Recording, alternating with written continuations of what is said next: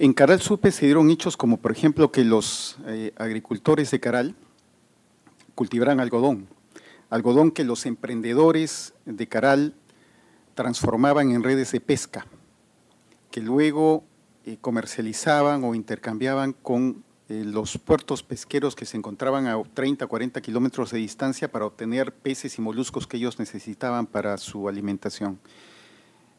Lo que podríamos llamar hoy en día cadenas productivas. En Caral se han encontrado productos de los Andes, de la Amazonía y de lugares tan lejanos en esa época como Ecuador. Hoy no nos parece tan lejano, pero en esa época, créanme, era bastante lejano. Lo que quiero resaltar con esto es que desde esa época, desde hace casi 5.000 años, las emprendedoras y los emprendedores del Perú han sostenido a nuestra nación. Y la han sostenido a través de conquistas, de coloniaje, de guerras internas, de epidemias, de desastres naturales, e incluso, y de repente esto no es políticamente correcto decirlo, pero incluso la han sostenido a través de la indiferencia y la incompetencia de sucesivas burocracias estatales. Gracias a las emprendedoras y los emprendedores del Perú, la civilización Caral Supe, nuestros antepasados pudieron disfrutar, como les dije, de 1000 años de paz, de progreso y de prosperidad. Ese es el poder que ustedes, las emprendedoras y los emprendedores del Perú, tienen entre sus manos. ¿A qué nos lleva esto? El Perú es un país, como todos ustedes saben, y ustedes lo saben mejor que nosotros, es un país que tiene un gran potencial económico. Pero es solamente eso, es un potencial. Los peruanos creo que tenemos todo lo que cualquier colectividad humana necesita para poder prosperar y progresar. Pero para lograrlo necesitamos construir desde el punto de vista, como les digo, humilde, de un funcionario público, necesitamos construir una nueva economía. Y la única forma de construir esa nueva economía, en mi opinión, después de 28, casi 29 años de servicio al Estado, es liberando el potencial emprendedor. No hay otra manera. Eso por un lado. Y por otro lado, una necesidad que también tenemos y lo hemos conversado varias veces con nuestro amigo Rómulo, la necesidad de transformar el Estado. Tenemos que transformar el Estado. Esto, como les digo, a lo largo de los años de servicio que tengo y después de haber servido en Europa, en América, en Asia, es algo que he visto que ha ocurrido en cada uno de los países que ha abandonado la pobreza a lo largo y ancho del mundo. Para poder liberar el potencial emprendedor, es imprescindible que creemos un ecosistema local que sea favorable al emprendimiento. Hace algunos meses visitó el Perú José Piqué. José Piqué es un académico, es un empresario español que ha creado @22 Barcelona, que es un modelo de ciudad inteligente en Europa. Y él decía en aquella oportunidad que la primera milla de la innovación es el ecosistema local. Yo quisiera parafrasear eso y decir que la primera milla de la internacionalización de las empresas es el ecosistema local. Si nosotros no tenemos un ecosistema local que dé todas las facilidades a los emprendedores, va a ser muy difícil que ellos puedan internacionalizarse, que es finalmente aquello por lo cual nos hemos reunido, por lo cual estamos todos aquí. Veamos. Construir un ecosistema local favorable al emprendimiento desde el punto de vista de nuestra oficina, y estoy acá con mi colega Mariel Barros, que es una mujer también muy inteligente, creemos que se necesitan 5 tipos de acceso.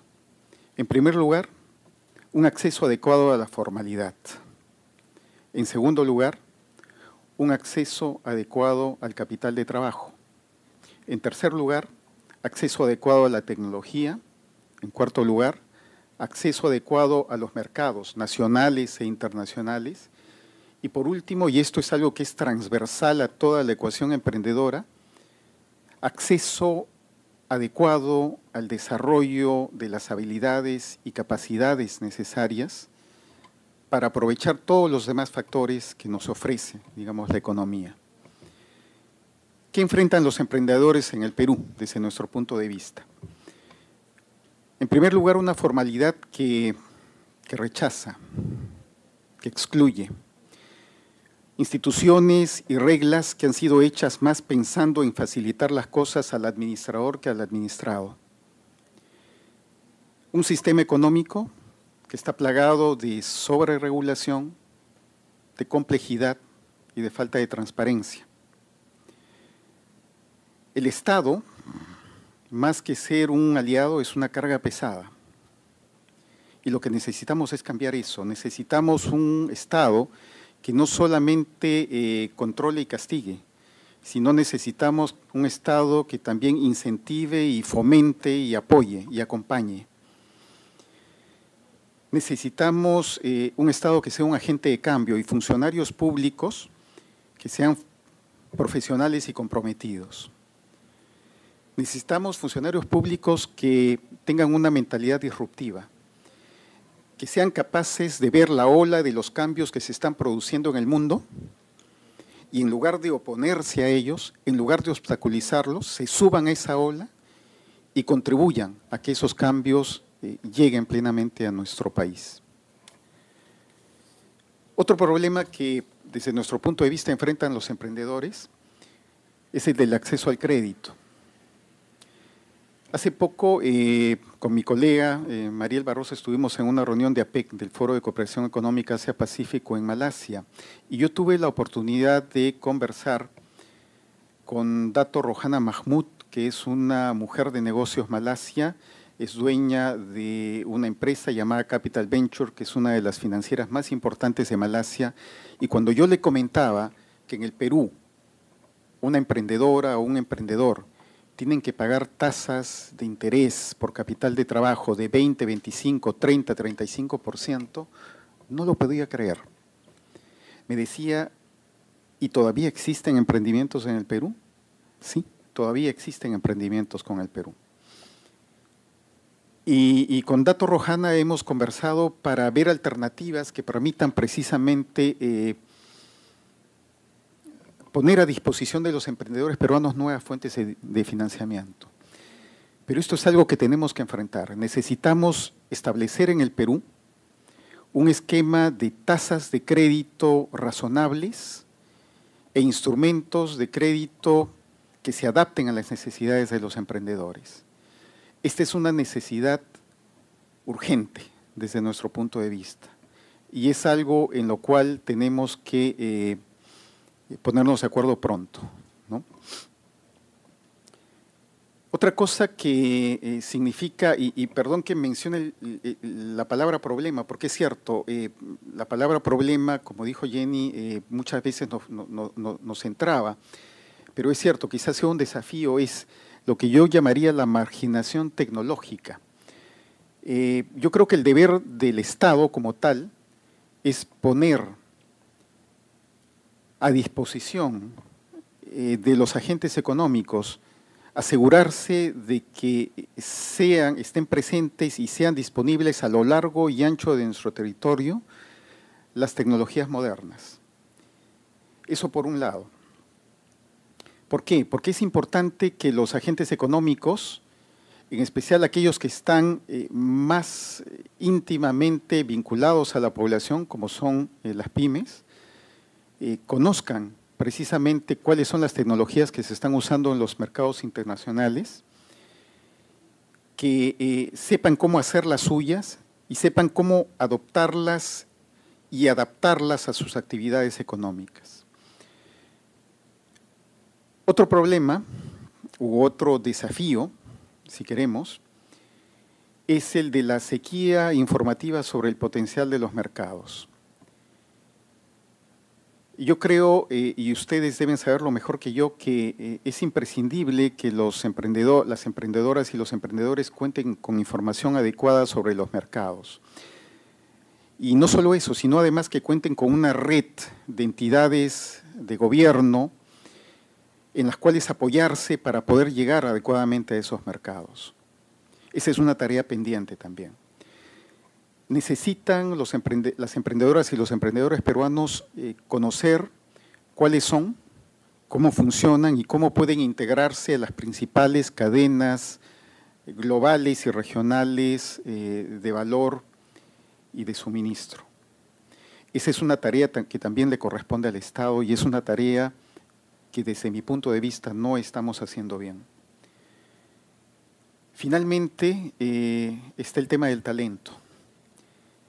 No solamente es importante contar con información, por ejemplo, sobre las tecnologías, la innovación, tecnologías verdes inclusive, porque es un tema que sé que a ustedes les interesa mucho, la sustentabilidad de nuestro país y del planeta.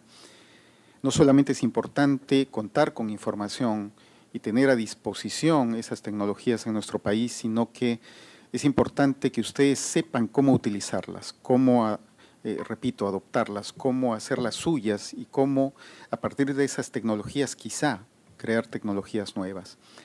Esa es otra tarea que tenemos también pendientes, porque estos 5 factores que les he mencionado no están funcionando bien en el Perú. Este es nuestro mayor desafío, porque esta es la única manera en que vamos a generar valor y vamos a generar oportunidades en nuestro país. Y cuando hablo de nuestro país no hablo solamente de Lima, no hablo solamente de la costa, hablo de la costa, de la sierra, de la selva, estoy hablando de las localidades remotas en las cuales nosotros necesitamos crear eso, necesitamos crear valor y necesitamos crear oportunidades para que los jóvenes no tengan que dejar sus lugares de origen, no tengan que buscar ese valor y esas oportunidades en lugares diferentes.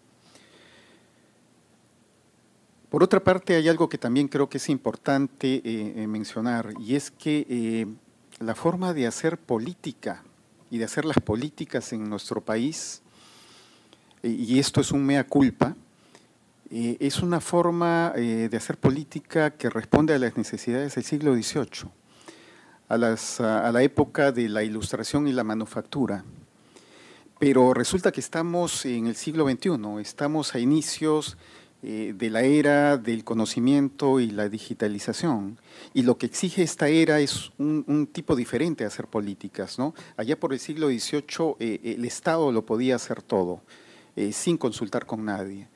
En esta época el Estado, para hacer las políticas, necesariamente tiene que conversar con los agentes involucrados. Las políticas no pueden ser producto de la mente de un funcionario o un consultor iluminado. Las políticas tienen que ser producto de un diálogo permanente que involucre la participación de todos los involucrados en la formulación, en la ejecución, en la evaluación y, si es necesario, en la reformulación de esas políticas.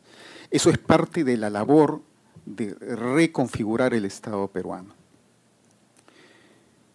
Hay una frase que suele utilizar el alcalde de San Borja, no sé si lo conocen, fue un árbitro famoso, Alberto Tejada. Él suele decir que las políticas públicas para hacerlo tienen que llegar a la calle. Es una frase que a mí en lo particular me agrada mucho. Yo solamente le agregaría esa frase que las políticas públicas no solamente tienen que llegar a la calle, sino que tienen que partir de ella. ¿Y qué quiero decir con eso? Que las políticas públicas para hacerlo tienen que responder a las necesidades reales, concretas y cotidianas de la gente. No hay otra manera de ver las políticas públicas. Cuando les digo que necesitamos una nueva economía y un nuevo Estado, me refiero a esto. Necesitamos una nueva economía y un nuevo Estado que estén centrados en la gente, que respondan a las necesidades de la gente, que estén dedicados a la gente. Esa es una tarea que nosotros como funcionarios públicos, y aquí hay varios colegas míos, estamos tratando de llevar a cabo. No es una labor fácil y es una labor para la cual nosotros necesitamos el apoyo de ustedes. Nosotros necesitamos que ustedes le exijan al Estado, por ejemplo, carrera pública, porque no es posible que algunos ministerios, no voy a mencionar nombres, pero seguramente ustedes van a saber cuáles, cuando se cambia un ministro, se cambian viceministros, directores generales, directores y hasta funcionarios CAS. ¿Por qué? Porque entonces acuerdos que ustedes han logrado con altas autoridades se pierden y empezamos de foja cero. Esa es una exigencia que, para la cual necesitamos el apoyo de ustedes. Ustedes tienen que pedirlo, ¿no? Para que nos ayuden a nosotros que estamos dando la batalla interna. Y yo pienso que las emprendedoras y los emprendedores del Perú tienen una responsabilidad histórica. Y yo sé que de repente al hablar de esto estoy exigiendo mucho de ustedes porque ustedes ya hacen una tarea muy importante. A pesar de todo, a pesar de todos los problemas, a pesar de todas las dificultades, a pesar de la marginación, ustedes sacan adelante sus negocios, ustedes crean riqueza, como les dije, ustedes crean trabajo. Ustedes hacen que a pesar de que el Perú político esté estancado, el Perú económico siga adelante. Y por eso quizás sea demasiado pedirles esto, pero veamos las cosas con cifras. El Perú es un país que tiene 32 millones de habitantes. En el sector formal tiene 2.6 millones de emprendimientos, tiene alrededor de 6 millones de emprendimientos en el sector informal, lo cual hace más o menos una cifra de unos 8 millones de emprendimientos para 32 millones de habitantes. 99.5% de los emprendimientos del sector formal son micro y pequeños emprendimientos. Esos micro y pequeños emprendimientos generan el 75% de los puestos de trabajo de los peruanos. La pregunta que yo haría es, ¿cuántas peruanas y peruanos se aglutinan alrededor de estos millones de emprendimientos? ¿Para cuántos millones de peruanas y peruanos son importantes estos emprendimientos? Ya sea porque los lideran, ya sea porque trabajan en ellos, ya sea porque les compran, porque les venden. ¿Cuántos peruanos y peruanas se vinculan a estos millones de emprendimientos? Y lo que viene, la conclusión que viene a mi mente de inmediato es simplemente que hoy por hoy las emprendedoras y los emprendedores del Perú son la gran mayoría de nuestro país. Ustedes son la gran mayoría del Perú. Las emprendedoras y los emprendedores del Perú tienen además potencialmente la red política más importante del Perú. Porque ustedes están en todas partes. Ustedes están en los talleres, ustedes están en los mercados, ustedes están en las bodegas, ustedes están en los campos de cultivo. Ustedes son la gran mayoría, ustedes son la red política más importante del Perú. Y si me permiten decir otra cosa que quizás sea políticamente incorrecta, ustedes no necesitan de los políticos. Las emprendedoras y los emprendedores del Perú, unidos, movilizados, comprometidos, tienen la fuerza para cambiar el Perú. Ustedes tienen la fuerza, ustedes tienen el poder para liderar a todos los peruanos y llevarnos hacia esa nueva economía, hacia ese nuevo Estado al que todos aspiramos. Ustedes son el movimiento potencialmente, el movimiento político más importante del Perú. Y para no dejar de hablar del tema que se supone era, del cual yo debería haber hablado, que es empresa social, con las disculpas del caso, creo que empresa social es aquella que está consciente, que se inserta en un territorio, en un espacio, y que tiene en cuenta las necesidades de ese territorio, de ese espacio y de esa comunidad. Y por lo tanto es consciente de que tiene que ser social y ambientalmente responsable, sustentable. A veces a mí se me ocurría la idea de por qué no pensamos, así como existe el equipo del barrio, el equipo del distrito, el equipo del pueblo, bueno, la empresa del barrio, la empresa del distrito, la empresa o las empresas del pueblo, ¿no? Involucrarnos e integrarnos a ese nivel con la comunidad, que la comunidad sienta que somos parte de ellos y que se sienta orgulloso de que esta empresa los represente en el resto del Perú y quizá en el mundo, ¿no? Creo que es algo en lo cual vale la pena meditar. Y finalmente, si me lo permiten, un publicherry. Está aquí porque nosotros somos finalmente la dirección de APEC y foros especializados de la Cancillería. Está aquí conmigo, como les decía, mi colega Mariel Barros, una mujer brillante, y ella está a cargo de todo el trabajo que el Perú realiza en APEC en materia de empoderamiento de mujer, en materia de empoderamiento de pymes, de jóvenes en APEC. Y tenemos un documento en el cual nosotros trabajamos mucho el año pasado en el proceso APEC, que es la hoja de ruta de La Serena. La Serena es una localidad en Chile donde nació Gabriela Mistral, la gran poetisa de Chile. Bueno, ahí se realizó una reunión de ministras de la mujer el año pasado y se aprobó un documento que es muy importante en APEC, que es la hoja de ruta sobre mujer y crecimiento inclusivo, en la cual se traza un mapa que todos podemos seguir para lograr varias cosas, para lograr que las mujeres tengan mejores oportunidades para lograr posiciones de liderazgo, para que se cierren las brechas salariales, para que se reduzca y, de ser posible, se elimine la violencia tradicional contra la mujer y también las nuevas formas de violencia, por ejemplo, a través de medios informáticos. Y estas cosas que he mencionado fueron aportes del Perú y fueron aportes que lograron introducirse en ese documento gracias al concurso de Mariel, para el cual pido un aplauso.